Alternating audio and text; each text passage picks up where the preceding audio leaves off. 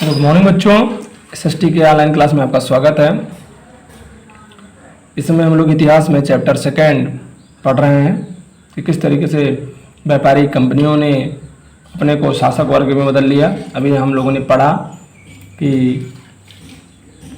Robert Clive के नेतृत्व में सरकार ने प्लासी और बक्सर का युद्ध जीता, जिसके कारण बाद में ये लोग बंगाल के शासक बन गए और बंगाल में व्यापार के लिए इन लोगों ने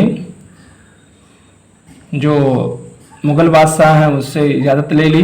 अब इन्हें बार बार व्यापार की इजाज़त लेने की अनुमति नहीं थी और पूरे बंगाल के क्षेत्र में इन्हें व्यापार करने की छूट मिल गई। आज हम लोग का जो टॉपिक है वो है टीपू सुल्तान, जिसे शेरे मैसूर कहा जाता है। उसके बारे में हम लोग पढ़ेंगे। जब कंपनी को अपने राजनीतिक और आर्थिक हितों पर खतरा दिखाई दिया तो कंपनी ने प्रत्यक्ष सैनिक टकराव का भी रास्ता अपनाया। दक्षिण भारत के राज्य मैसूर का उदाहरण हम लोग के सामने है। हैदर अली का जो शासन था वो 1761 से 1782 था। उसके बाद उसका पुत्र टीपू सुल्तान, जिसका शासन 1782 से 1799 था। जैसे शक्तिशाली शासकों के नेतृत्व में मैसूर वो काफ़ी ताकतवर हो चुका था। मालाबार तट तक होने वाले व्यापार पर मैसूर रियासत के नियंत्रण में था, जहां से कंपनी को काली मिर्च और इलायची की खरीदारी होती थी। 1785 में टीपू सुल्तान ने अपनी रियासत में पड़ने वाले बंदरगाहों से चंदन की लकड़ी, काली मिर्च और इलायची का जो निर्यात अंग्रेजों द्वारा होता था उस पर रोक लगा दी। सुल्तान ने स्थानीय सौदागरों को भी कंपनी के साथ कारोबार करने से मना करवा दिया। टीपू सुल्तान ने भारत में रहने वाले फ्रांसीसी व्यापारियों से घनिष्ठ संबंध विकसित किए। उनकी मदद से अपनी सेना का आधुनिकीकरण भी किया। यही टीपू सुल्तान है जो फ्रांस में जैकोबिन दल का सदस्य बना और अपनी राजधानी श्रीरंगपट्टम में क्या हुआ, श्रीरंगपट्टम में यह इसने स्वतंत्रता का वृक्ष लगाया। ये देखिए चित्र दिया है, चित्र में दिखाया है कि टीपू सुल्तान के बेटे को बंधक के रूप में कार्नवालिस के सामने पेश किया जा रहा है। डेनियल आर्म द्वारा यह चित्र बनाया गया। ये कब दिखा, जब टीपू सुल्तान को 1799 में श्रीरंगपट्टम में मार दिया गया। उस समय उसके पुत्रों को गिरफ्तार करके जो नाबालिग हैं उनको कहाँ लाया गया, अंग्रेजों के सामने लाया गया। सुल्तान के इस कदमों ने अंग्रेजों को आग बबूला कर दिया। उन्हें हैदर अली और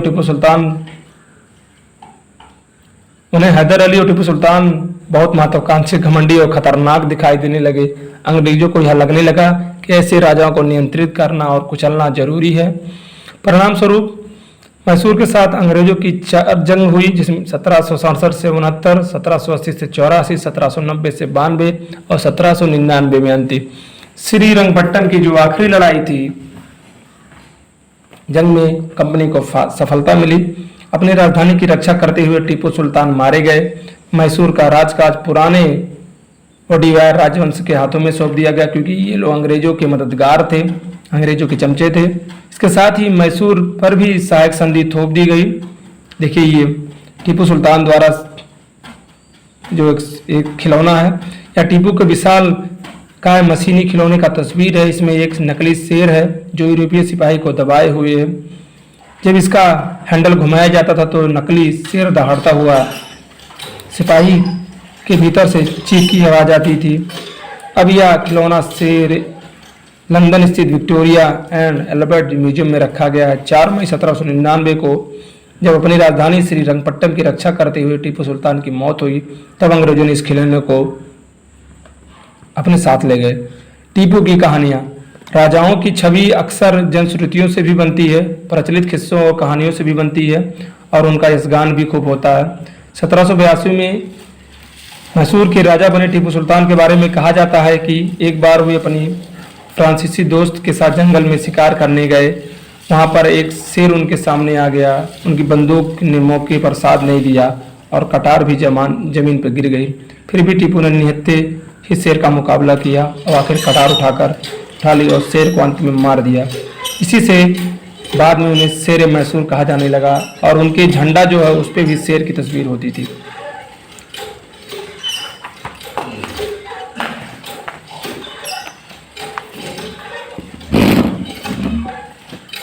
अगला जो है वो है मराठों से लड़ाई।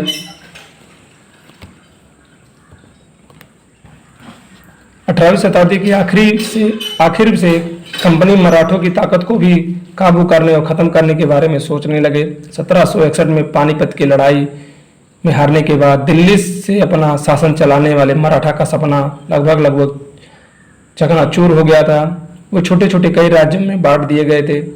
इन राज्यों की बागडोर अलग अलग राजघरानों में चली गई थी, जिसमें सिंधिया, होलकर, गायकवाड़ और भोसले थे। ये सब अलग अलग राजवंश के थे। ये सारे सरदार एक पेशवा सर्वोच्च मंत्री के अंतर्गत राजमंडल के सदस्य थे। पेशवा इन राजमंडलों का सैनिक और प्रशासकीय मुखिया होता था और पुणे में रहता था। महादजी सिंधिया, नाना फडणवीस 18वीं शताब्दी के आखिर के दो प्रसिद्ध योद्धा और मराठा थे। एक के बाद कई युद्धों में कंपनी ने मराठों को घुटने टेकने पर मजबूर कर दिया। पहला युद्ध 1782 में सालाबाई संधि के साथ समाप्त हुआ, जिसमें कोई पक्ष जीत नहीं पाया। दूसरा युद्ध 1803 से 1805 में कई मोर्चों पर लड़ा गया। नतीजा यह हुआ कि उड़ीसा और यमुना के स्थित जो उत्तर आगरा और दिल्ली कई क्षेत्र हैं वो अंग्रेजों के कब्जे में आ गए और अंत में 1817 और 19 में जो तृतीय आंग्ल मराठा युद्ध था उसमें मराठों की ताकत को पूरी तरह से समाप्त कर दिया। पेशवा को पुणे से हटाकर कानपुर के पास बिठूर एक छोटी सी जगह जहां पेंशन देकर भेज दिया गया। अब विंध्याचल के दक्षिण में भी स्थित पूरे भूभाग पर कंपनी का अधिकार हो गया। चित्र 11 में देखेंगे कि लॉर्ड हेस्टिंग और बिठूर की रानी चेन्नम्मा इसमें बनाई गई मूर्ति। ठीक है। अब अगला जो टॉपिक है वो है सर्वोच्चता का दावा। उपरोक्त विवरण से स्पष्ट होता है कि 19वीं सदी की शुरुआत से ही कंपनी क्षेत्रीय विस्तार की आक्रमक नीति पर चल रही थी। उसे जहां भी लगता था कि यह शासक इन्हें हानि पहुंचाएगा तो डायरेक्ट युद्ध करके भी वो मार देते थे, और जहां भी इन्हें लगता था कि इन राज्यों में हम लोग अप्रत्यक्ष रूप से लाभ कमा सकते हैं, वो उस राज्य में ये लोग उस राजा से युद्ध नहीं करते थे। लॉर्ड हेस्टिंग जब भारत का गवर्नर जनरल बनकर 1813 में भारत आया तो उसने सर्वोच्चता की एक नई नीति की शुरुआत की। कंपनी का यह दावा था कि उसकी सत्ता जो है वो सर्वोच्च है, इसलिए वह भारतीय राजाओं से ऊपर है। अपने हितों की रक्षा के लिए वह भारतीय रियासतों का अधिग्रहण करने और अधिग्रहण की धमकी देने का अधिकार उसके पास है। यह सोच बाद में भी अंग्रेजी नीतियों में दिखाई देता है, लेकिन यह प्रक्रिया बेरोक टोक नहीं चली। उदाहरण के लिए जब अंग्रेजों ने कित्तूर यानी फिलहाल जो कर्नाटक के छोटे से राज्य को कब्जा लेने का प्रयास किया तो रानी चेन्नम्मा ने हथियार उठा लिया और अंग्रेजों के खिलाफ आंदोलन छेड़ दिया। 1824 में उन्हें गिरफ्तार कर दिया गया और 1829 में जेल में ही उनकी मृत्यु हो गई। चेन्नम्मा के बाद कित्तूर स्थित सांगलो में भी एक गरीब चौकीदार रायन्ना ने इनका प्रतिरोध किया। चौतरफा समर्थन और सहायता से उन्होंने बहुत सारे ब्रिटिश शिविरों और दस्तावेजों को नष्ट कर दिया। आखिर में उन्हें भी अंग्रेजों ने पकड़कर 1830 में फांसी चढ़ा दिया।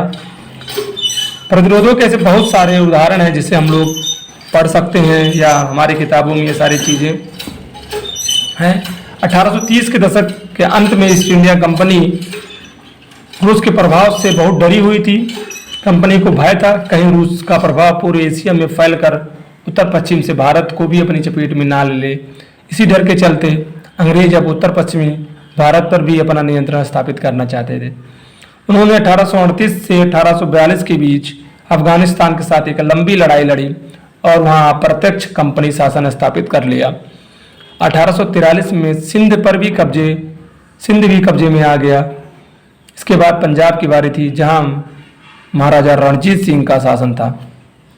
अब महाराजा रणजीत सिंह के चलते उनकी दाल गलने वाली नहीं थी। 1839 में उनकी मृत्यु के बाद रियासत के दो लंबी लड़ाइयाँ लड़ी और आखिर में 1849 में अंग्रेजों ने पंजाब पर भी अधिकार कर लिया।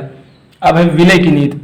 अधिग्रहण की आखिरी लहर 1848 से 1856 के बीच लॉर्ड गवर्नर जनरल डलहौजी के शासनकाल में चली। लॉर्ड डलहौजी ने एक नई नीति अपनाई जिसे विलय की नीति या सहायक राज्य हड़पने की नीति। राज्य हड़पने की नीति का नाम दिया गया। इस सिद्धांत में यह तर्क था कि अगर किसी शासक की मृत्यु हो जाती है और उसका कोई अपना पुत्र या अपना वारिस नहीं होता तो उसकी रियासत को कंपनी अपने अधिकार में ले लेगी और अपना हिस्सा बना लेगी। इस आधार पर एक के बाद एक कई रियासतें, सतारा को 1848 में, संबलपुर को 1850 में, उदयपुर को 1852 में, नागपुर को 1853 में, झांसी को 1854 में अंग्रेजों ने अपने अधीन कर लिया। जबकि भारतीय राजनीति में या भारतीय धर्म के अनुसार यह था कि जिन राजाओं के पास अपने पुत्र नहीं होते थे वो अपने परिचित, अपने भाइयों या किसी को गोद लेते थे और उनकी मृत्यु के बाद वही उनका उत्तराधिकारी बनता था। लेकिन डलहौजी ने इस नियत को या इस नियम को जो परंपरा के रूप में भारत में चली आ रही थी उसको क्या कर दिया था, गलत ठहरा दिया था। उस नियम को उन्होंने खारिज कर दिया था, ये नियम अवैध कर दिया था। आखिर में 1856 में अंग्रेजों ने अवध को भी अपने नियंत्रण में ले लिया। इस बार अंग्रेजों ने एक नया तर्क दिया कि अवध की जनता को नवाब के कुशासन से आज़ादी के लिए कर्तव्य से बंधे हुए थे, इसलिए वे अवध पर कब्जा करने के लिए मजबूर है। यानी अवध पर कुशासन का झूठा आरोप लगाकर उसके अवध के शासक को हटा दिया गया, जबकि ऐसा कुछ नहीं था। उसे देखकर लोगों का गुस्सा भड़क उठा और अवध के लोगों ने भी 1857 की क्रांति में भाग लिया।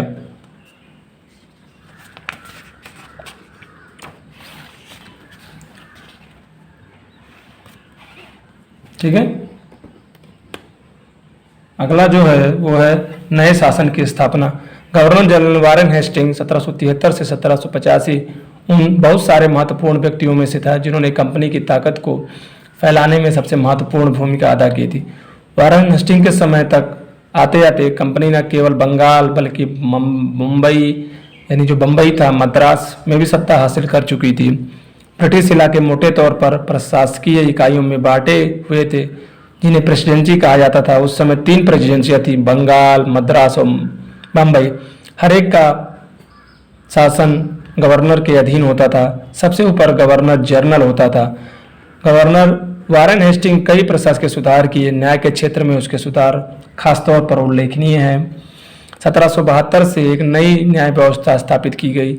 इस व्यवस्था में प्रावधान किया गया कि हर जिले में 2 अदालतें होंगी, फौजदारी अदालत और दीवानी अदालत। दीवानी अदालत के मुखिया यूरोपीय जिला कलेक्टर होते थे। मौलवी और हिंदू पंडित उनके लिए भारतीय कानूनों की व्याख्या करते थे। फौजदारी अदालतें अभी भी काजी और मुफ्ती के यही अंतर्गत थी, लेकिन वे भी कलेक्टर की निगरानी में ही काम करते थे। काजी को भी एक न्यायाधीश कहा जाता था। मुफ्ती एक मुस्लिम समुदाय का एक न्यायवादी था जो कानूनों की व्याख्या कर रहा था। काजी भी इसी व्याख्या के अनुसार फैसला दिया जाता। महाभियोग, जैसे इस समय भारत में भी राष्ट्रपति या न्यायाधीशों पर महाभियोग चलता है, ऐसे वहाँ भी चलता था। जब इंग्लैंड के हाउस ऑफ कॉमन्स में किसी व्यक्ति के खिलाफ दुराचरण का आरोप लगाया जाता था तो जो हाउस ऑफ कॉमन्स संसद की ऊपरी सदन है उस व्यक्ति के खिलाफ मुकदमा चलाता था। और यही क्या है, हमारे यहाँ महाभियोग है। क्योंकि भारत का संविधान पर ब्रिटेन का बहुत ज़्यादा असर है, इसलिए महाभियोग की प्रक्रिया को वहाँ से भी लिया गया है। देखिए वारेन हेस्टिंग पे मुकदमा चलाया गया जो 1789 में। जब वारेन हेस्टिंग 1785 में इंग्लैंड लौटा तो एडमंड बर्ग ने उस पर बंगाल का शासन सही ढंग से न चलाने का आरोप जड़ दिया। इस आरोप के चलते ही वारेन हेस्टिंग पर ब्रिटिश संसद ने महाभियोग का मुकदमा चलाया और जो 7 सालों तक चलता रहा।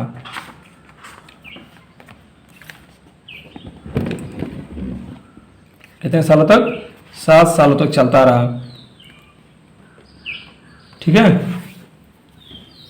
एक बड़ी समस्या यह थी कि ब्राह्मण पंडित धर्मशास्त्र की अलग अलग शाखाओं के हिसाब से स्थानीय कानूनों की अलग अलग व्याख्या करते थे। इस भिन्नता को खत्म करके समरूपता लाने के लिए ही 1775 में 11 पंडितों को भारतीय कानूनों का एक संकलन तैयार करने का काम सौंपा गया। N.B. हॉलहेड ने इस संकलन का अंग्रेजी में अनुवाद किया और 1778 तक यूरोपीय न्यायाधीशों के लिए मुस्लिम कानूनों की भी एक संहिता तैयार कर ली गई। और 1773 के रेगुलेटिंग एक्ट, जिससे सबसे बड़ा सुधार माना जाता है, के तहत एक सर्वोच्च न्यायालय की स्थापना की गई। इसके अलावा कलकत्ता में अपीलीय अदालत, सदर निजामत अदालत की भी स्थापना की गई। भारतीय जिले में कलेक्टर का सबसे बड़ा ओहदा होता है, जैसे कि नाम से ही पता चलता है। जैसे आज भी कलेक्टर का पद है, यानी डीएम का पद है, वो भी पहले भी कलेक्टर का पद था। उसका मुख्य काम क्या था? लगान वसूलना और कर इकट्ठा करना तथा न्यायाधीशों, पुलिस अधिकारियों और दरोगा की सहायता से जिले में कानून व्यवस्था भी बनाए रखना था। उसका कार्यालय कलेक्ट्रेट कहलाता था। आज भी यही कलेक्ट्रेट है। यानी अंग्रेजों के बहुत से ऐसे शब्द, बहुत से ऐसे कानून हैं जो आज भी प्रयोग हो रहे हैं। मैंने बताया कि जब भारतीय संविधान सभा का निर्माण हुआ या भारतीय संविधान या भारतीय कानून बन रहे थे, उस समय जो भारत सरकार अधिनियम 1935 लागू हुआ था, उसका करीब 250 कानून भारतीय संविधान ने ऐसे ले लिया। यानी जब 1935 में अंग्रेज सरकार ने क्या किया था, या ब्रिटिश सरकार ने भारत के लिए एक नया कानून लाए थे जिसे भारत सरकार अधिनियम 1935 कहा जाता है। इसमें इतने अच्छे अच्छे कानून थे जिसको भारत सरकार ने या कह सकते संविधान सभा ने क्या किया था, संविधान बनते हुए प्राप्त किया था। सत्ता और संरक्षण का नया केंद्र बन गए थे, जिसने पुराने सत्ता केंद्रों को क्या कर दिया था, फांसी पे डाल दिया था। अगले जो टॉपिक है वो कंपनी की